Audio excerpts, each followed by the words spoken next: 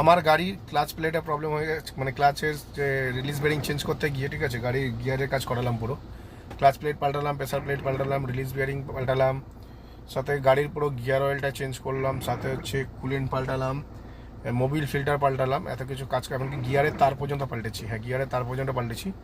সব কিছু পাল্টানোর পরে গাড়ির যা কন্ডিশন, চালানোর পরে আমি আগের দিন টাকার জন্য আমাকে গাড়ি দিল না মিস্ত্রি। হ্যাঁ, আমার কাছে পয়সার অভাব হচ্ছিল।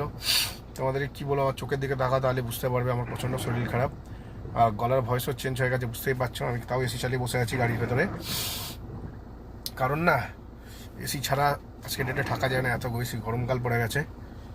আর আমার শরীরটা খারাপ, এই শরীর খারাপ অবস্থা নিয়ে আমি গাড়ির কাজ করালাম, আর কোনো দিন রাস্তার ধারে কাজ করিয়ে স্যাটিসফাই হই না। এটা আমি একটা জিনিস খেয়াল করে দেখেছি, হয়তো সার্ভিস সেন্টারে টাকা একটু বেশি যায়, কিন্তু আমার মতে না সার্ভিস সেন্টারেই কাজ করানো ভালো।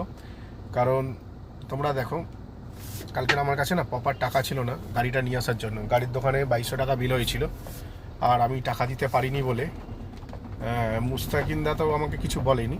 ঠিক আছে, মুস্তাকিন্দা বলছিল এত কম টাকার এইটুখানি টাকা দিতে পারছো না, এইটুখানি বলেছে। কিন্তু আর একজন আছে বয়স্ক মানুষ, যিনি আমার বাবার থেকেও অনেক বেশি বড়, তিনি পরিষ্কার এরমভাবে কথা বললো। ওনার কথা, বডি ল্যাঙ্গুয়েজ এতটাই খারাপ ছিল, উনি ডাইরেক্ট বলে দিল যে এরা মালপত্র কেনার বেলা টাকা ঠিক জোগাড় হয়ে যায়, কিন্তু যখন মিস্ত্রির চার্জ দিতে হয় তখন সে দিতে পারে না। তো এক সময় আমি মুস্তাকিন্দার কাছ থেকে 1000 টাকা ধার করেছিলাম, সেই 1000 টাকা দিতে লেট করেছি, কিন্তু ভাই আমি দিয়েছি টাকাটা, আমি কোনো চিটিংবাজ না।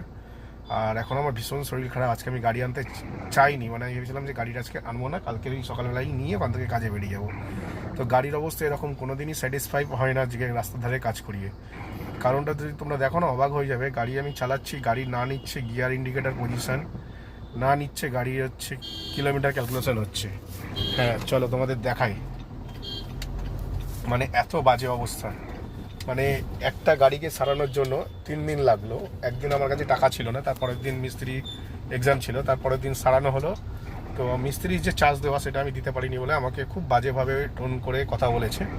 ঠিক আছে, যে গাড়ি সারানোর বেলা, জিনিসপত্র কেনার বেলা টাকা জোগাড় হয়ে যায়, মিস্ত্রিকে টাকা দেওয়ার বেলা টাকা জোগাড় হয় না। আর গাড়ির অবস্থা হচ্ছে দেখো, আমি কিন্তু গাড়িটা চালাচ্ছি, ভালো করে তোমরা দেখো, আমি কিন্তু গাড়িটা চালাচ্ছি। আর দেখো আমার থার্ড গিয়ারে গাড়ি চলছে, গিয়ার ইন্ডিকেটার দেখাচ্ছে না। আর ডান দিকে হচ্ছে দেখো গাড়ি কিন্তু বেশ ভালোই স্পিডে চলছে, ভালো করে দেখো গাড়ি। এখানে দেখো স্পিডোমিটারটা তাকাও, স্পিডোমিটার কোনো কাজ করছে না। হ্যাঁ, স্পিডোমিটার কোনো কাজ করছে না, এবং শুধু হ্যান্ড ব্রেকের সাইন দেখতে পাচ্ছ, হ্যান্ড ব্রেকে যে লাইট জ্বলছে টিটি করে বাজার কথা, এই সেন্সারটা কোনো কাজ করছে না। স্পিডোমিটারের সেন্সার কাজ করছে না, গিয়ার সেন্সার কাজ করছে না, হ্যান্ড ব্রেক সেন্সার কাজ করছে না, গাড়ির প্রত্যেকটা সেন্সারই কাজ করছে না। তো রিটার্ন নিয়ে যাওয়ার পরে বললো আবার